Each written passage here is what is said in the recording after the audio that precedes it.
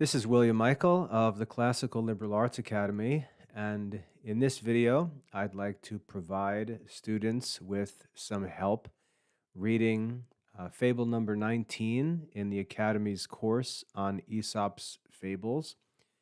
And you can see here that the title of this fable is The Man and His Two Wives. The Man and His Two Wives.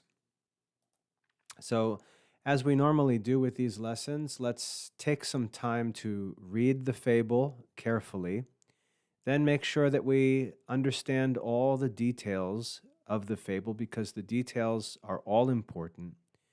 And then we'll talk about the meaning of the fable. We'll talk about the characters that Aesop chooses to use to teach us in this fable. And then we'll talk about how we might take the lesson of this fable and apply it in our everyday lives. So let's read together the fable of the man and his two wives. The man and his two wives. In a country where men could have more than one wife, a certain man whose head was fast becoming white had two. One a little older than himself, and one much younger. The young wife, being of a gay and lively turn, did not want people to think that she had an old man for a husband, and so used to pull out as many of his white hairs as she could. The old wife, on the other hand, did not wish to seem older than her husband, and so used to pull out the black hairs. This went on until between them both they made the poor man quite bald. This is the fable of the man and his two wives.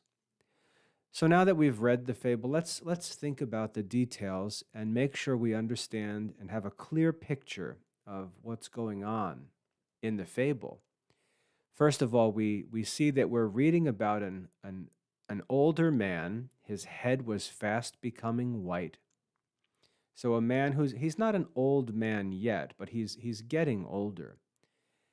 And he lives in a place in this sort of fantasy world that Aesop talks about here, where men were allowed to have more than one wife.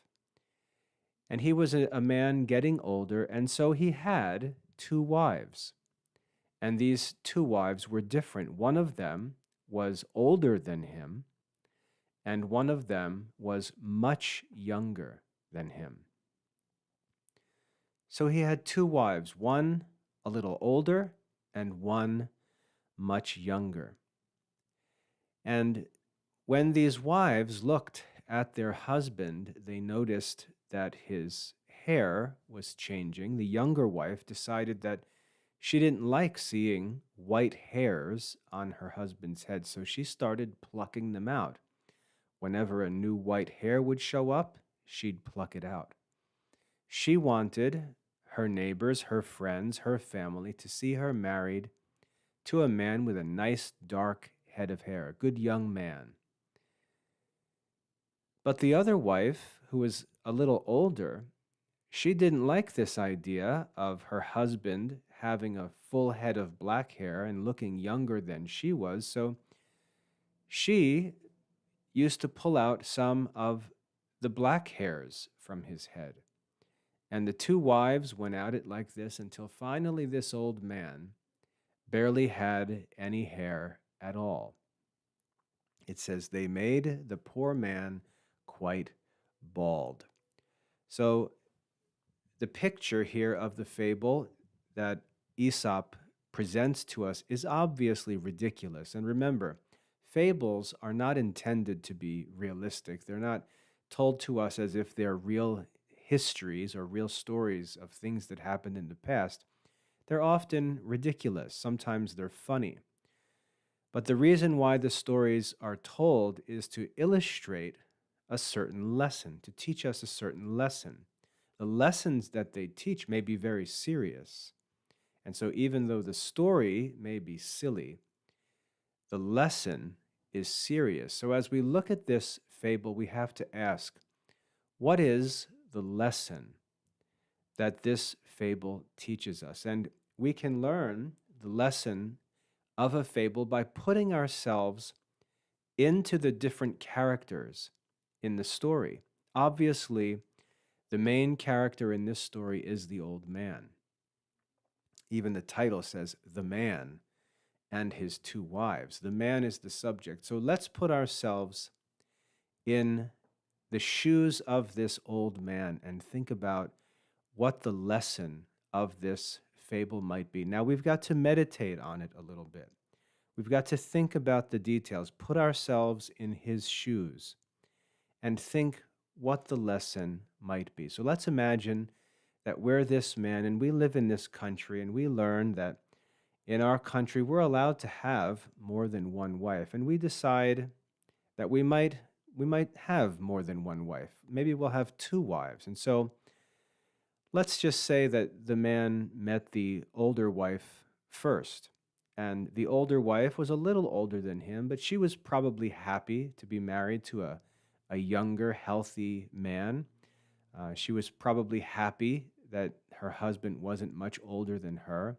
And the husband was probably happy because in having an older wife, she was probably experienced and wise, and he had a companion that was just a little older than him.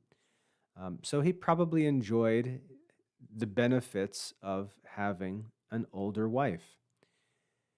But then as time went on, he decided to take a second wife, and he chose a younger wife. After all, why marry another old wife when you could have a different wife, maybe a young wife? Maybe his old wife was boring sometimes. Maybe she didn't have as much energy as he would like. Maybe he wanted to have a little more fun, have somebody that was interested in doing more things. And so he thought, maybe I'll find for myself a young wife. And we read that this young wife was gay and lively, means that she was happy and fun. She was active. So this man chooses to take a second wife, and he chooses a different kind of wife. He chooses a young wife. And so now he's got both. Maybe we could say he's got the best situation. He's got an older wife, and he's got a younger wife. If he wants to have a quiet night, a calm time, he can spend time with his older wife. If he wants to go to town and have some fun, he can take his younger wife with him. So he may have the best of both worlds in these two wives. And thinking about all the benefits of these two wives, again, he might think that he has everything in a good way. But then he starts to learn a tough lesson. These two wives, they have desires too. And so this older wife, she doesn't want to feel like an old woman. She knows that she has a younger husband, but he's not that much younger.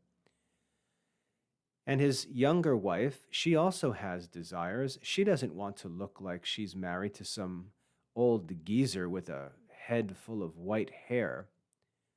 So they decide to try and make their husband more pleasing to them. The young wife does so by pulling out his white hairs, which are signs of his old age.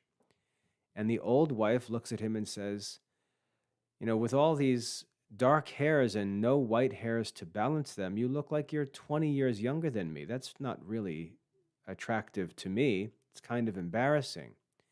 And so she starts plucking out some of his darker hairs, so his head looks a little older, more like hers.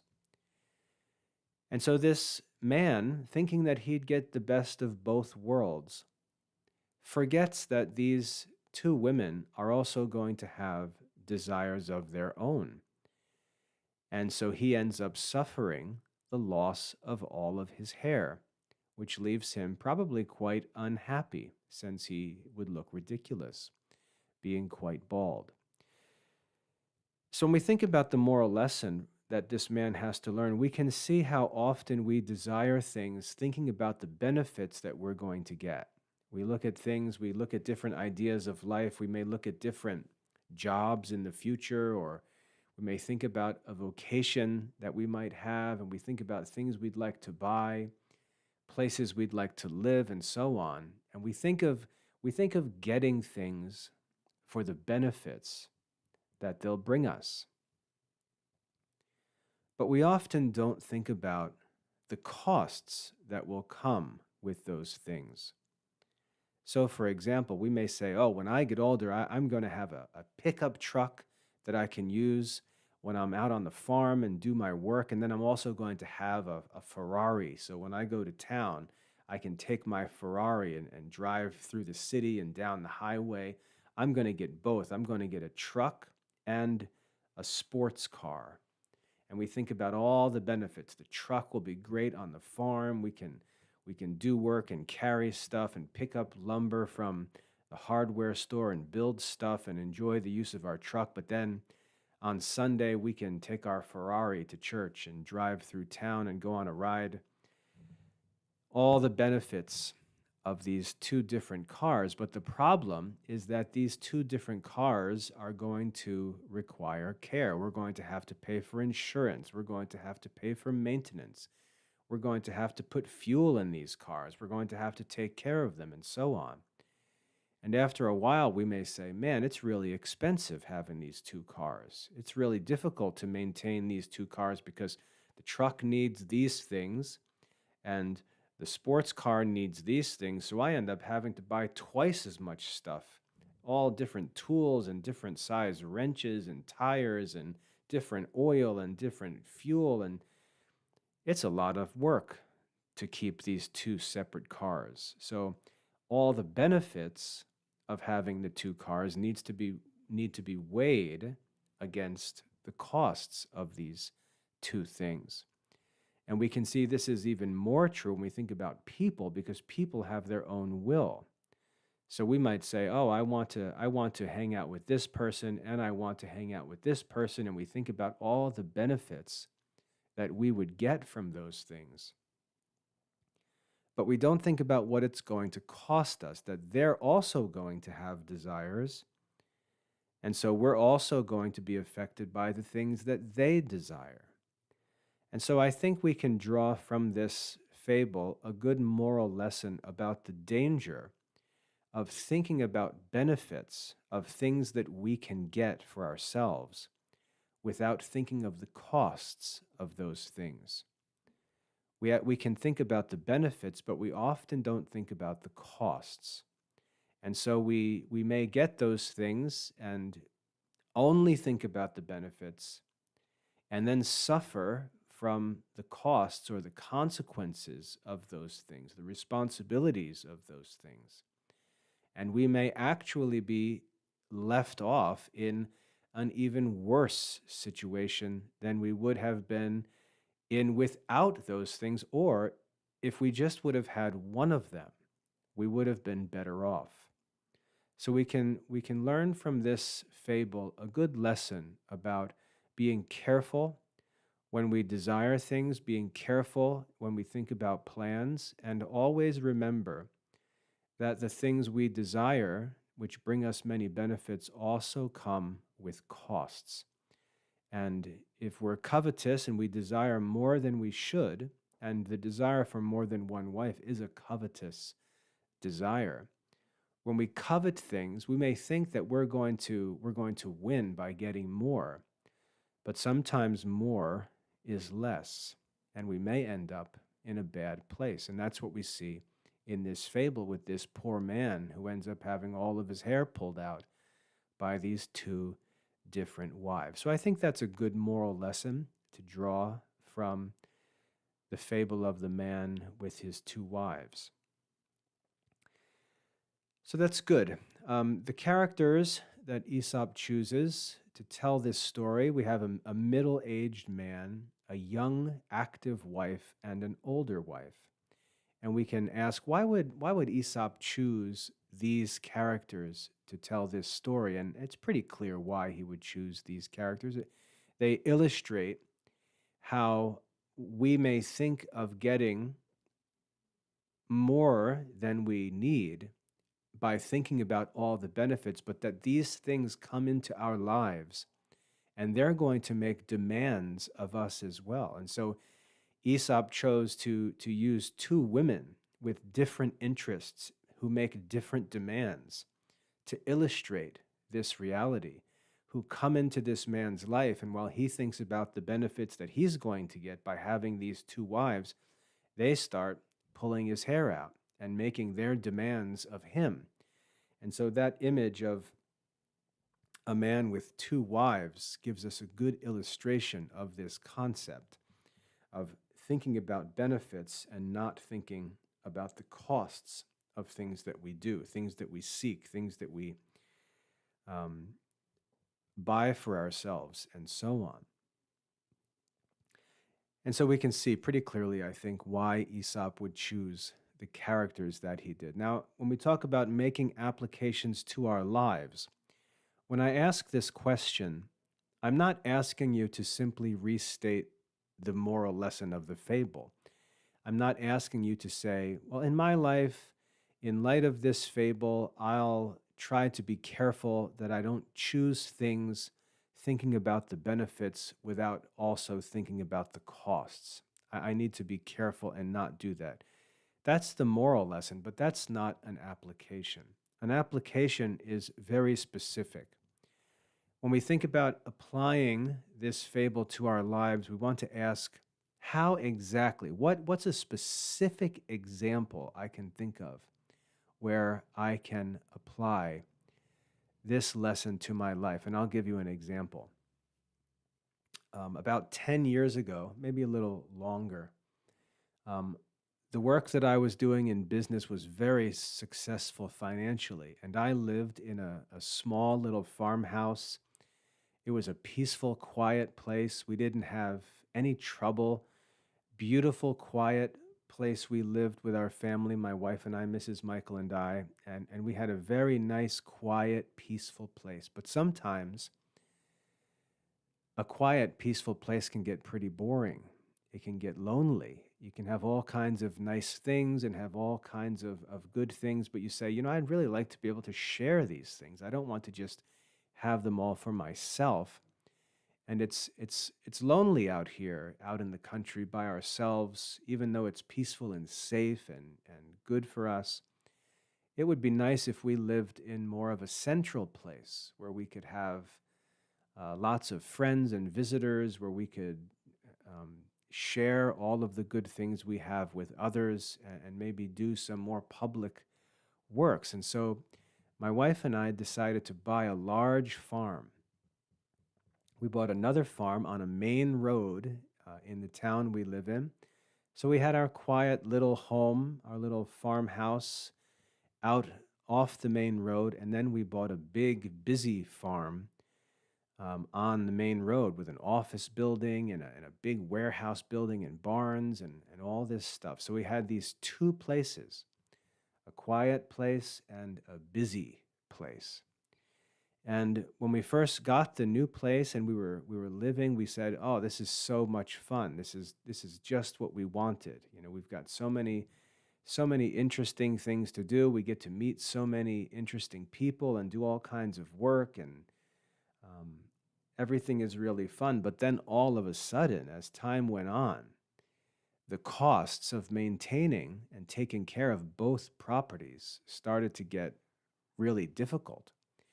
We realized, wow, it's going to be very expensive to have this farm and that farm, to do this and that, to take care of this house and this building, and we have to get another tractor for this other property, and we have to get new gates and fencing for this property, and now there's a need for fencing at the other property, and we've got to get a trailer so we can move things back and forth between the two properties. And now this building has a leak in the roof, so now we've got to fix this building with money that we need to also take care of the other place. And so as time went on, these two properties were like these two wives in this man's life, and all of the costs and all of the challenges of maintaining these two properties were like these two women pulling all the hairs out of my poor head, leaving me quite bald financially. So In 2020, we decided to sell that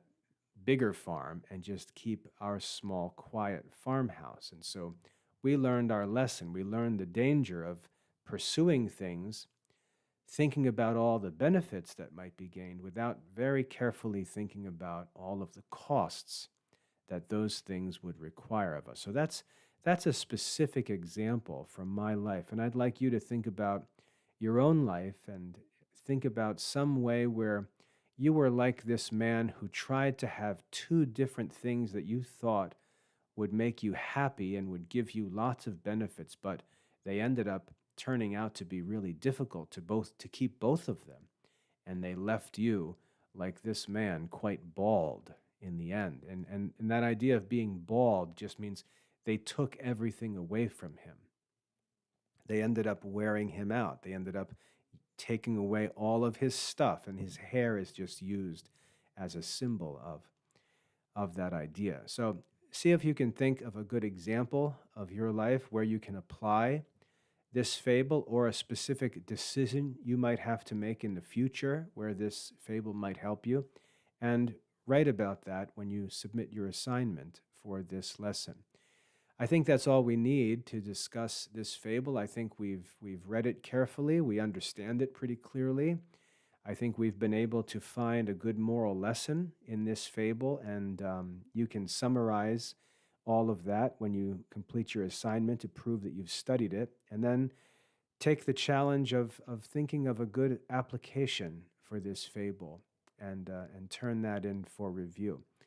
If you have any questions about this fable or any fable, feel free to either post on the forum on the Aesop's Fables course page or send an email to mail@classicalliberalarts.com. I'll get all of those emails, so feel free to write anytime because I'd like to help you enjoy and profit from the study of Aesop's fables, which are very important. So I hope that's helpful. Let me know how your studies go. Submit your assessment, and we'll move on in our study and get to the next fable in our next lesson. God bless.